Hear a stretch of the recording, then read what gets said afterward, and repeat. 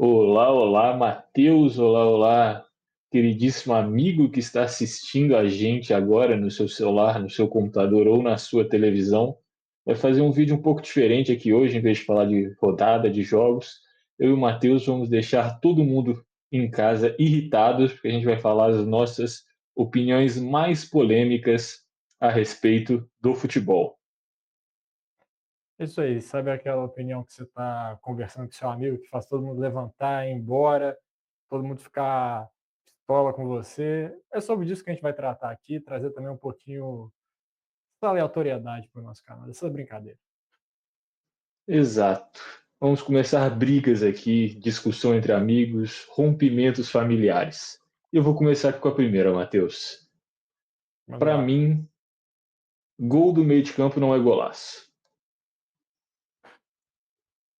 Eu acho que é um gol difícil de fazer, assim, a execução é difícil, a técnica para se fazer é difícil, mas esteticamente, plasticamente falando, não é um gol bonito.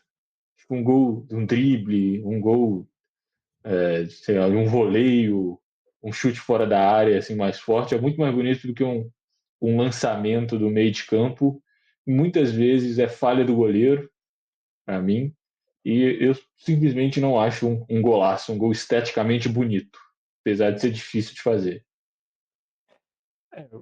Tem a questão da dificuldade, né, que é um chute de muito longe, o cara tem que acertar a precisão, mas para mim também é mais falha do goleiro do que propriamente um mérito do jogador. Ele tem como é que eu posso dizer?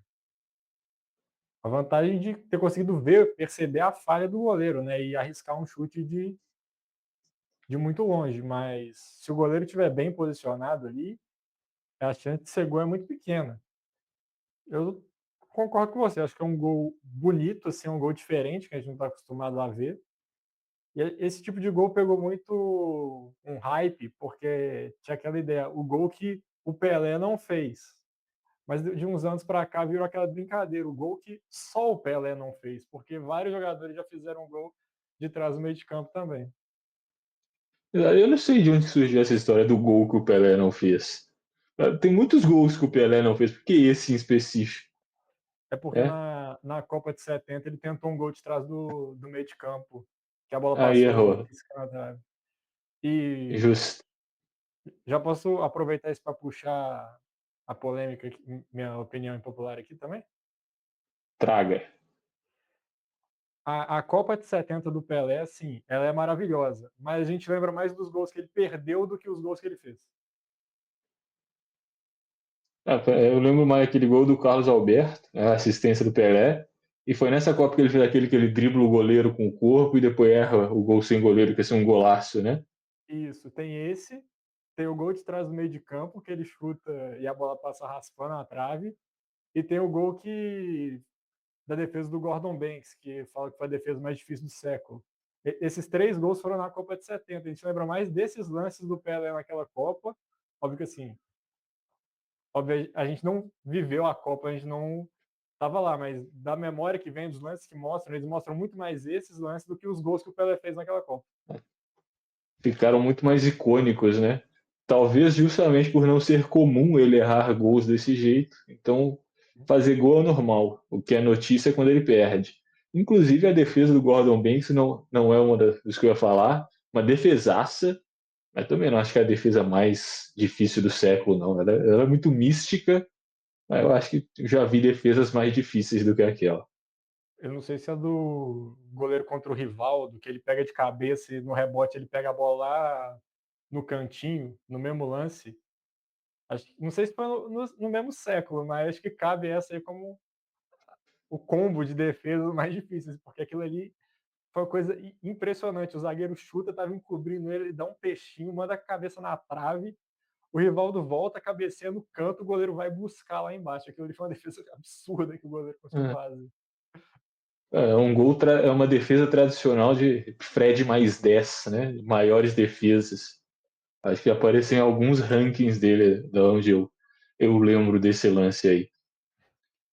Então, eu vou trazer mais uma aqui sobre beleza de gols, Matheus. Uhum. Já que estamos falando de estética, eu acho o gol de voleio mais bonito do que gol de bicicleta. A bicicleta tem muito mais pompa, é muito mais difícil você ver. Aí, de novo, acho que plasticamente o movimento do voleio é muito mais bonito que o da bicicleta. Porque muitas vezes da bicicleta fica um trem meio descoordenado, né? O cara não quer cair de costas direito, então ele faz um movimento meio torto. O voleio não, o voleio o cara vai, sobe bonito de lado, pá, pega a bola de primeira, cai deitado. Eu acho o movimento muito mais bonito. Aí eu vou fazer a defesa dos gols de bicicleta. Eu acho o gol de bicicleta assim, maravilhoso. Inclusive, o gol mais bonito que eu já vi ao vivo num jogo foi de bicicleta. De quem? O do Cristiano Ronaldo contra a Juventus. Ah, tá. Achei que Aquele. você ao vivo, você estava falando de dentro do estádio. Não, dentro do estádio não, tipo, Tá, vendo o jogo pela tá, sim, TV. você assistiu, sim. Jogo que eu tava vendo.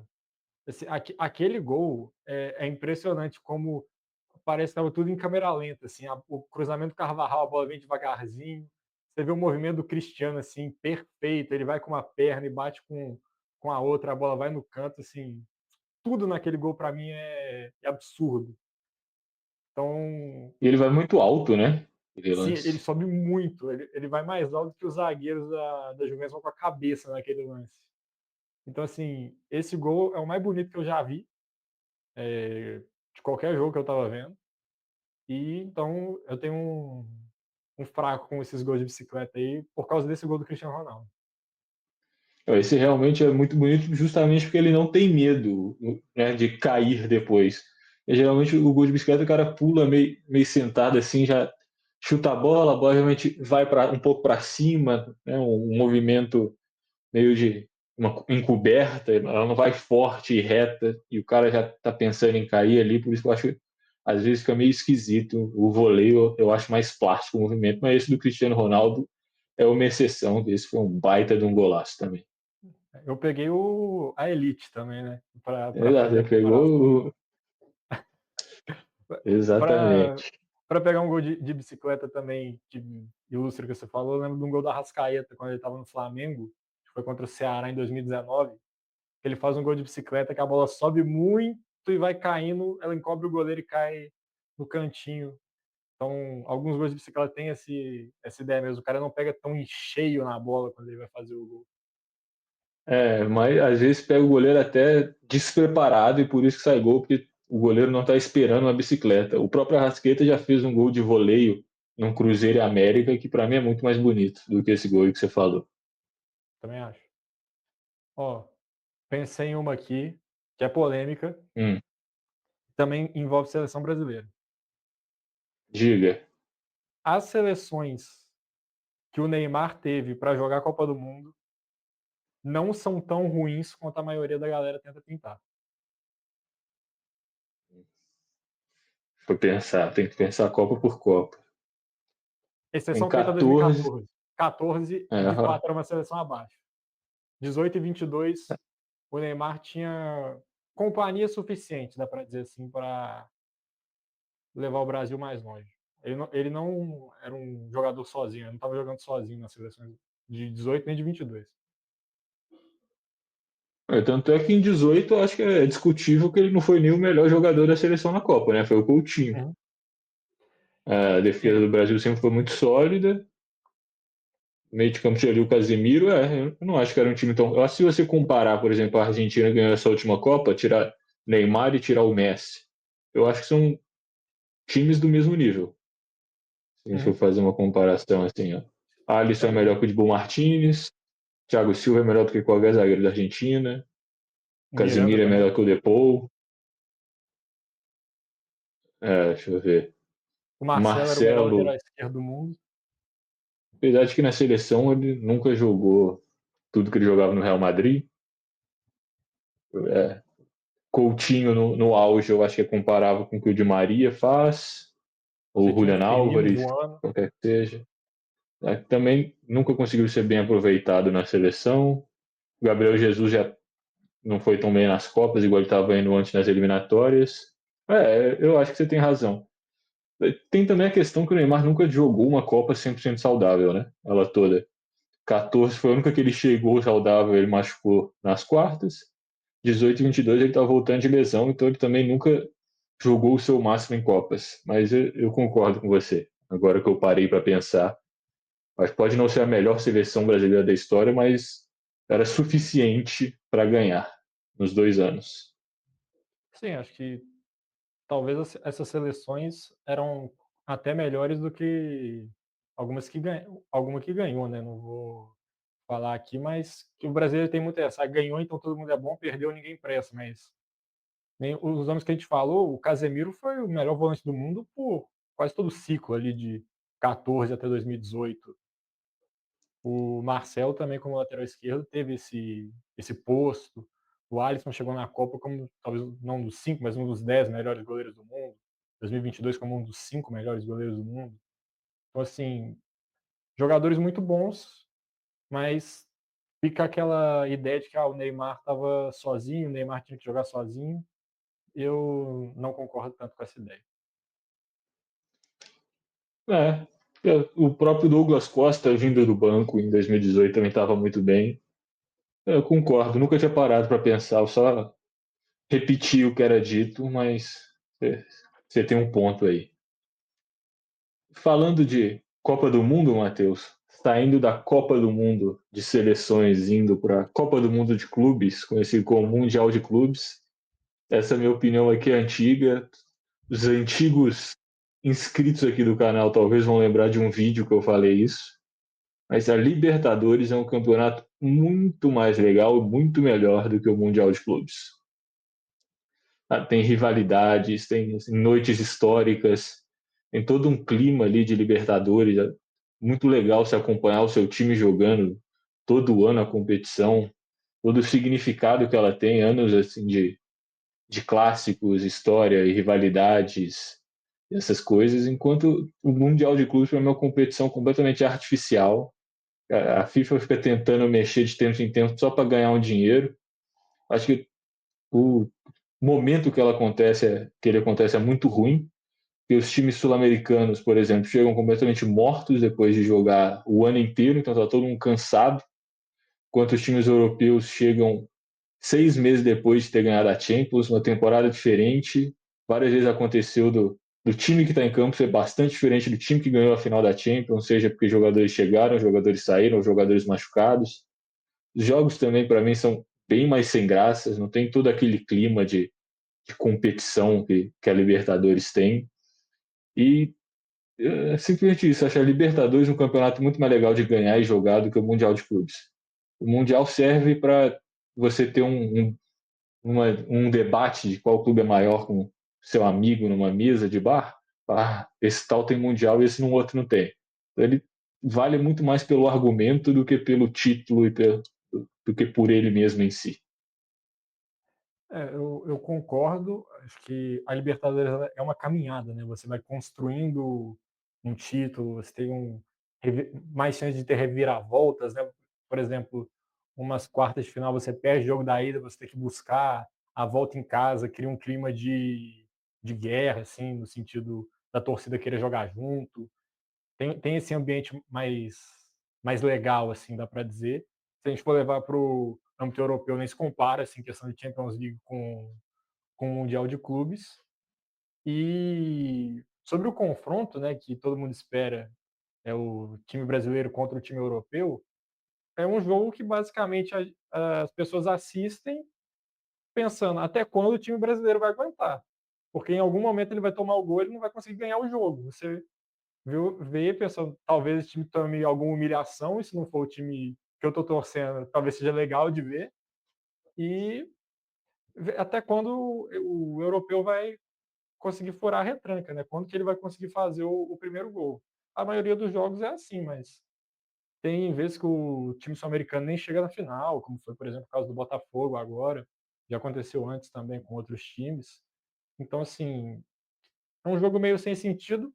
Todo mundo sabe que o campeão da Champions tem esse rótulo de melhor time do mundo, porque se eles jogarem a Vera contra qualquer outra equipe, eles muito provavelmente vão ganhar o jogo. Então fica um torneio meio perdido ali, né? É isso que você falou de todo mundo que assistir, isso me lembrou de uma outra coisa que eu estava pensando outro dia. Eu não tenho nenhuma informação, puro achismo aqui agora, mas eu acho que mesmo em questão de audiência, de quantas pessoas atraem para ver tal campeonato, eu acho que a final de Libertadores deve ter uma audiência consideravelmente maior do que a final do Mundial de Clubes. Mesmo considerando que tem um clube brasileiro em cada, eu acho que as pessoas se interessam muito mais pela final da Libertadores do que pela final do Mundial. Sim. Pelo que eu vejo, pelo menos ao meu redor, pessoas que gostam de futebol, mesmo que o time delas não esteja disputando, gostam de assistir a final da Libertadores. É uma coisa legal, assim, né? Separa um dia, uma tarde para pegar e assistir. O Mundial de Clubes, acho que não. Por exemplo, teve ano do Mundial de Clubes que eu não assisti a final, simplesmente eu tinha coisas melhores para fazer, eu considerava. A Libertadores, não. Todos os anos eu paro e assisto a final. E eu acho que é a mesma coisa para várias pessoas que eu já conversei. Então, eu acho que a Libertadores é uma competição muito superior ao Mundial de Clubes. Eu não lembro qual foi a última final da Libertadores que eu não assisti. Tô tentando puxar aqui na cabeça, talvez tenha sido a de 2015, que foi entre River e Tigres.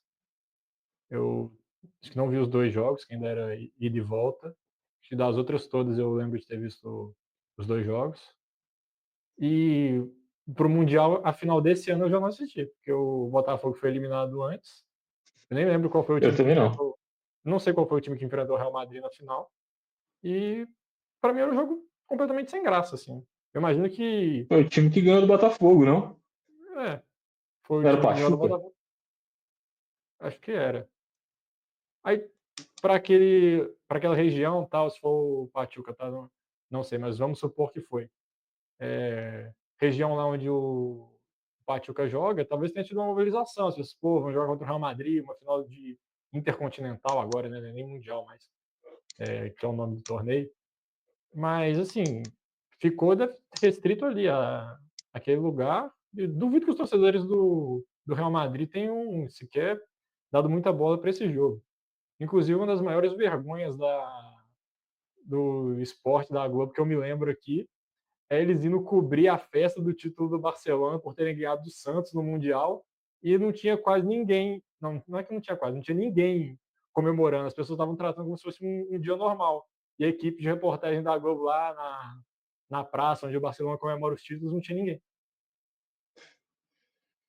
Eu acho que nem o próprio Manchester City Fluminense não atraiu tanta atenção e tinha toda aquela questão do estilo de jogo do Fernando Diniz, lembrando as seleções brasileiras antigas, com o ultramodernismo do futebol do Pep Guardiola, que ainda tinha esse negócio ali sendo levantado aqui no Brasil antes do jogo.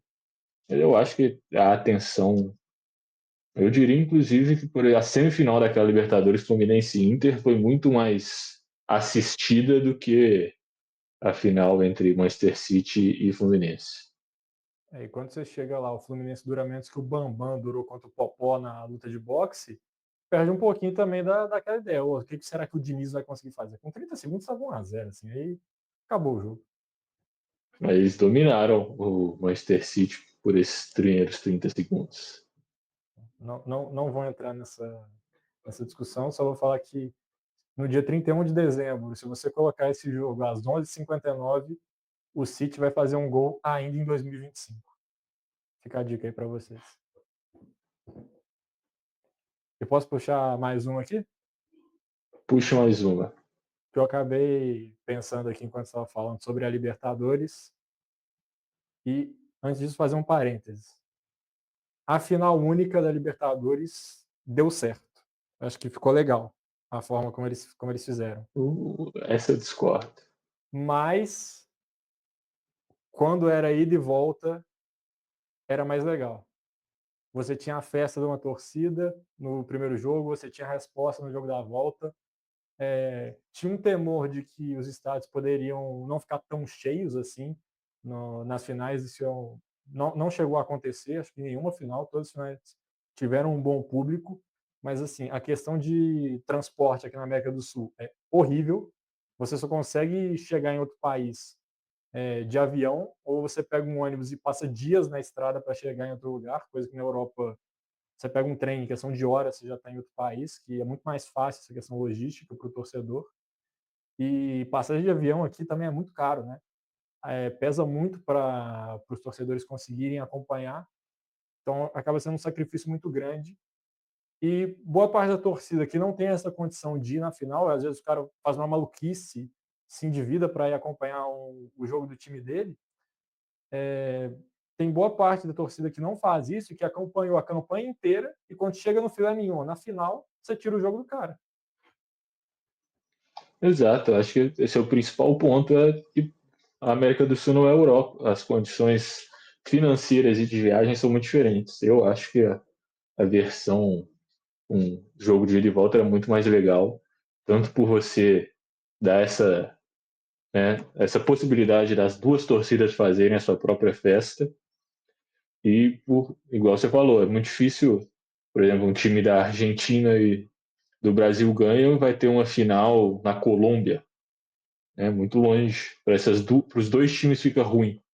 E mesmo a Libertadores não tendo uma final vazia, já aconteceu, por exemplo, da Sul-Americana, os estádios estarem longe de estar lotados. Então, tem toda a discussão, né, que dá mais emoção, um jogo único, é um tudo ou nada ali, mas eu acho que o jeito anterior era muito melhor. Sim, eu concordo e só para pegar como exemplo, o Grêmio está na Sul-Americana, né, nessa temporada. Sim. A final da Sul-Americana é na Bolívia. Imagina se o Grêmio chegar na final, cara. Os caras vão ter que cortar um dobrado para acompanhar o time deles. É sorte da Comembol que o Grêmio não deve chegar na final, mas eles têm que pensar nisso aí também. E outra coisa, né? Tem que considerar que a metade, não metade, mas uma boa parte dos grandes estádios da América Latina que não forem Brasil, Argentina, Paraguai e Chile, assim, tem vários que são em altitude. Sim. Até agora, a Conmebol fugiu de estádios acima de 2.000 metros acima do mar, mas ele limita também bastante os países que podem receber. Por exemplo, eu não vejo boa parte ali, Equador, Bolívia, Peru, vários times ali não vão conseguir é, disputar uma Libertadores perto da sua casa porque as condições não são tão propícias para disputar futebol e o que é uma força na campanha inteira, simplesmente eles não vão ter essa possibilidade de usar isso na final. Quito e La Paz esquece, assim, eu duvido que a Comembol marque uma final de Libertadores ou Sul-Americana nessas cidades, assim. Seria As pessoas inviável. de lá para ver, as pessoas de lá que quiserem ver, tem certeza que vão ter que viajar para algum lugar. E eu Uhum. vou trazer aqui mais uma, Matheus, talvez seja a minha última. Traz uma aí para fechar. Eu acho que a suspensão depois do terceiro cartão amarelo tinha que acabar. Para mim, não faz sentido você suspender um jogador porque ele tomou um cartão amarelo em 3 jogos diferentes. Inclusive porque eu acho que você tira uma. Como é que eu posso dizer isso? Tira uma atração do seu produto, do seu jogo ali. Porque geralmente um jogador que toma 6 cartões amarelos é um jogador titular.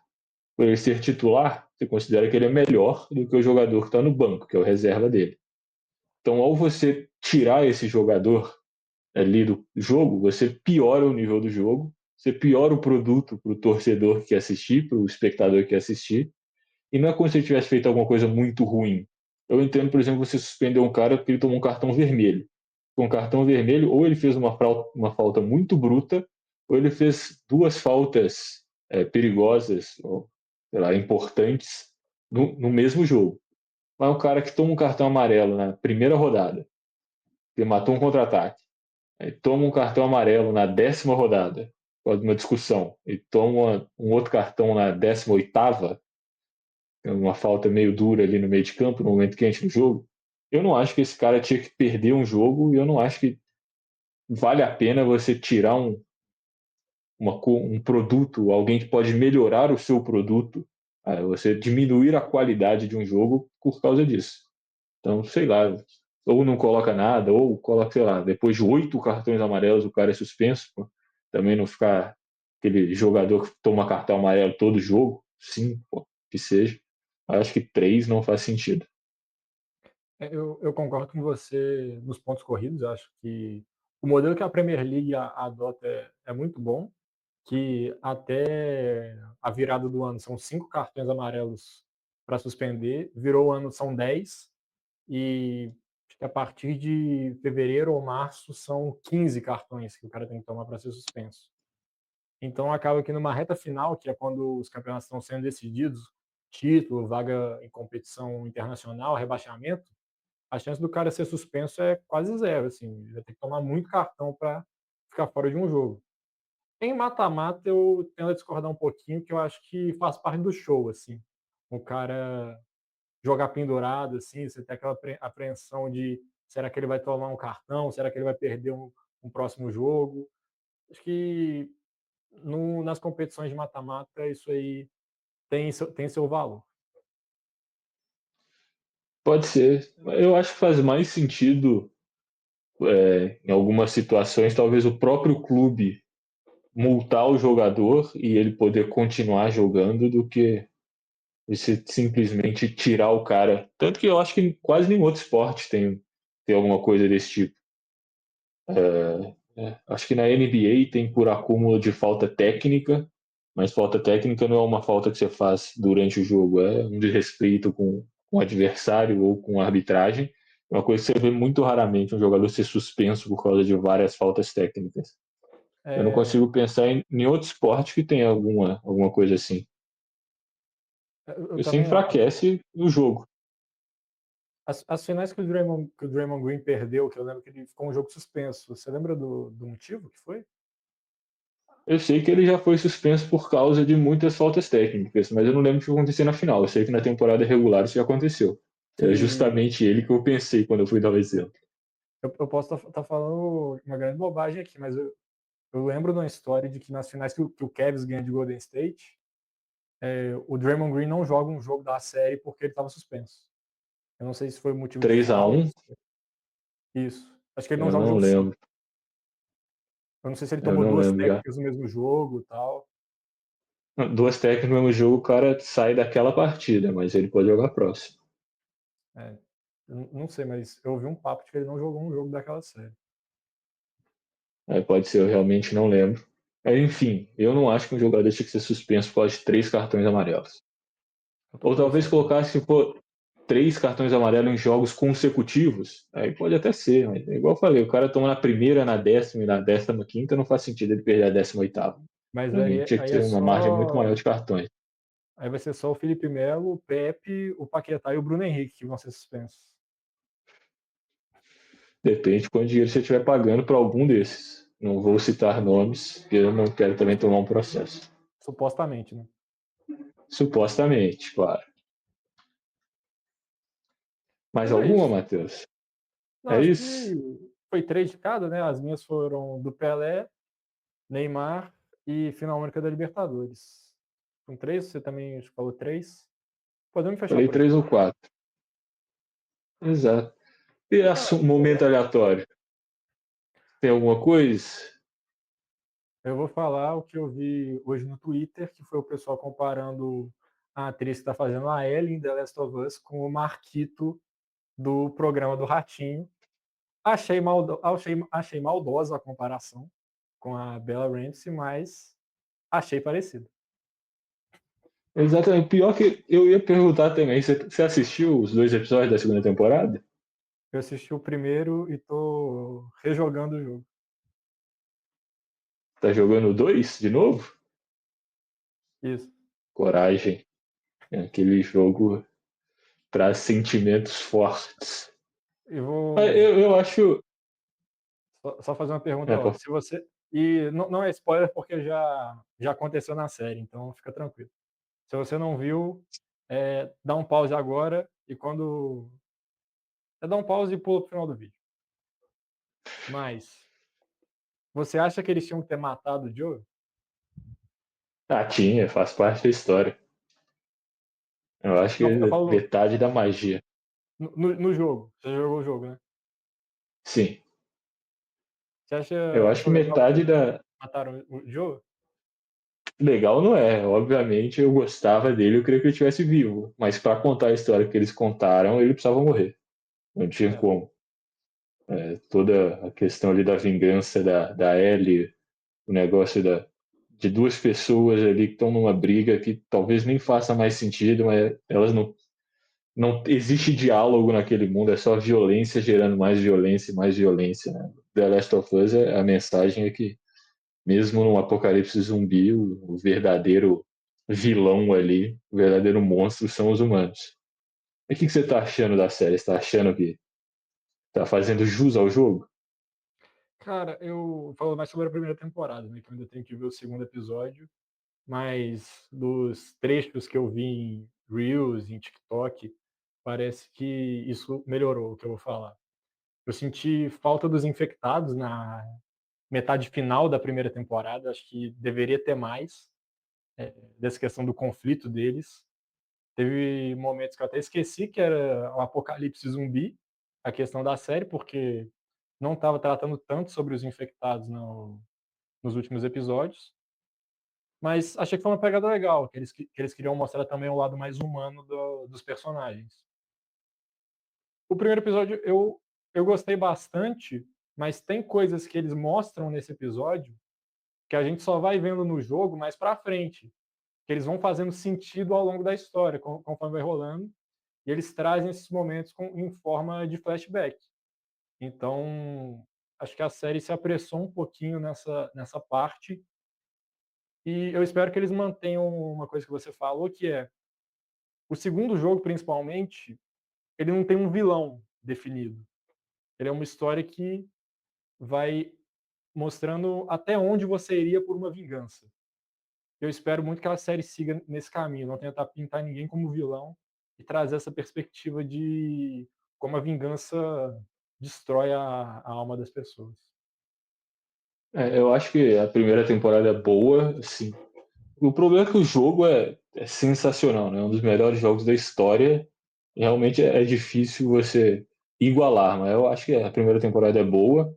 E a segunda eu acho que é muito difícil, justamente porque o negócio do segundo jogo é justamente você ser obrigado a jogar com a Abby ali no momento que você está odiando ela. Você quer que ela morra e você é obrigado a controlar ela e você é obrigado a ver o lado dela. É uma coisa que você não quer. E é difícil você passar essa sensação na série porque você está só assistindo, você não está jogando, você não está controlando ela. E por isso que eu acho que eles fizeram algumas mudanças desde o primeiro episódio, tentando mostrar um lado mais humano, tentando mostrar um pouco mais o lado dela antes do momento que você mostra no jogo. Eu acho que esse sentimento que você tem no jogo não vai ter como replicar na série, por isso eu acho que muito provavelmente vai ser pior do que o jogo, na minha opinião. Mas eu acho que é bom. Eu acho que tem muita crítica à fisionomia das atrizes, principalmente da Abby e da Ellie. Eu entendo, realmente não são parecidos, não é uma coisa que me incomoda, porque eu acho que as atrizes são boas, mas, por exemplo, para a primeira temporada eu acho que a Bella Ramsey foi sensacional como Ellie, mas nessa, para mim o problema é que a Ellie, no segundo jogo, ela não é mais uma criança, ela é uma adulta e tá maluca por vingança. Eu não sei se a Bella Ramsey ela tem uma cara mais infantil, mais de criança. Eu não sei se ela vai conseguir passar aquela cara de cansada e feroz e maluca que a Ellie tem durante o jogo. Então ainda tem que ver. Mas eu acho que as duas são boas atrizes. Sim, e olhando em comparação como foram outras adaptações de jogos para filme, série, The Last of Us dá de lavada É, em todos esses já é outros. melhor que tudo. O que eles fizeram com Resident Evil é um crime, assim. É uma coisa realmente bizarra. E sobre essa questão da Ellie, para fechar aqui da minha parte, aquela cena dela na festa é um dos pontos que no jogo a gente só descobre depois. Que a gente já sabe que ela descobriu o que o Joe tinha feito, que ela já não tinha aceitado muito bem, que ela estava brigada com o Joe.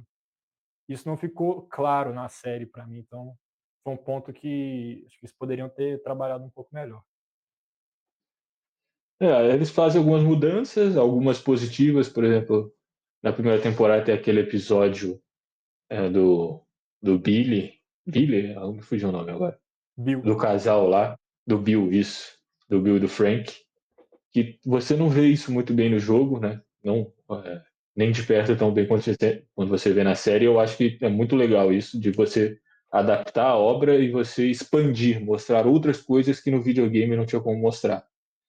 Mas algumas outras mudanças também não são do meu agrado, igual isso que você falou, mas no final das contas eu acho que a série é uma nota 8, 7, 8, é uma boa série, e o problema é que o jogo é 10, então a comparação ficou um pouco difícil. E para quem não conhece o jogo, acho que deve ver a série, que é uma série que está muito hypada, e deve estar gostando, assim, também. Esses pontos Ah, que a com gente certeza. destacou aqui, não faz tanta relevância para as pessoas que não jogaram o jogo. Então, imagino que elas devem estar gostando da série. E eu tô com você, eu É, fecho nesse aí para a série. muito boa. Só que a comparação é a mãe da decepção. É isso. Fechamos por aqui? Fechamos por aqui. Por favor, deixe seu like, comenta aqui suas opiniões polêmicas do futebol, o que você achou, se você concorda comigo, se você concorda com o Matheus, se você tem alguma outra opinião que é mais polêmica do que a nossa, para você também ser apedrejado aqui nos comentários. Compartilhe o vídeo para um amigo. E é isso. E se inscreva no canal. Obviamente, estamos rumo aos 200 inscritos até o final do mês. Vamos ver se a gente consegue bater. Faltam só 8. Da última vez que eu olhei, faltavam só 8. Então, é pouquinha gente. Se você está assistindo aí, eu acho que pelo menos metade das pessoas que assistem os nossos vídeos não são inscritas. Então, dá essa moralzinha para a gente. Clica aí no botão se inscrever, que temos muitos mais vídeos vindo por aí. É isso, galera. Valeu, tamo junto e até a próxima.